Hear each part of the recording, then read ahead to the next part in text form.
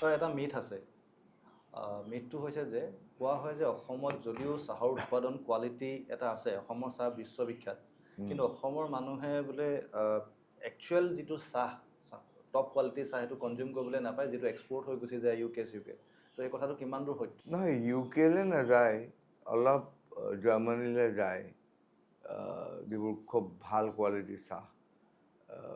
Main ভাল কোৱালিটিৰ চাহবোৰ গুজৰাটে লৈ লয়। অ'কে।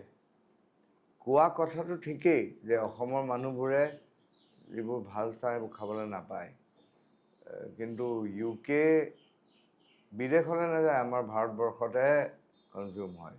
অ'কে। সেইকাৰণে তেওঁলোকে যদি ইচ্ছা কৰে সেই চাহবোৰ খাব পাৰে, কিন্তু সেই চাহবোৰৰ দামবোৰ বহুত বেছি। অ'কে।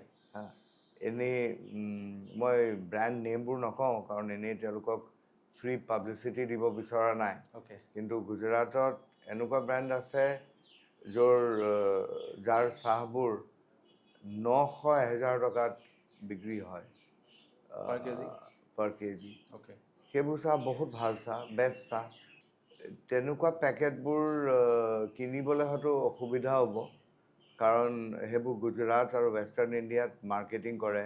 ইয়াত বোধহয় নাপাবও পাৰে বা অনলাইন কিনিবলগীয়া হ'ব পাৰে। কিন্তু ইয়াতে কিছুমান বাগান আছে যিবোৰে নিজৰ চাহবোৰ পেক কৰে। মই এই ক্ষেত্ৰত মই নামবোৰো ক'ব পাৰোঁ।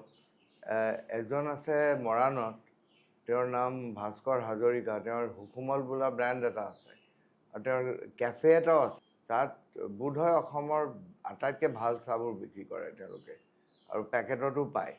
আৰু যোৰহাটত ব্ৰেণ্ড এটা আছে, গটঙা ব্ৰেণ্ড এটা আছে, বহুত ভাল চাহ। এইবোৰ যিবোৰ ব্লেণ্ডেড চাহ আছে গুজৰাটত যিখিনি বিক্ৰী কৰে 900 টকাত, তাতকৈ এই চাহবোৰ ভাল, বেটাৰ।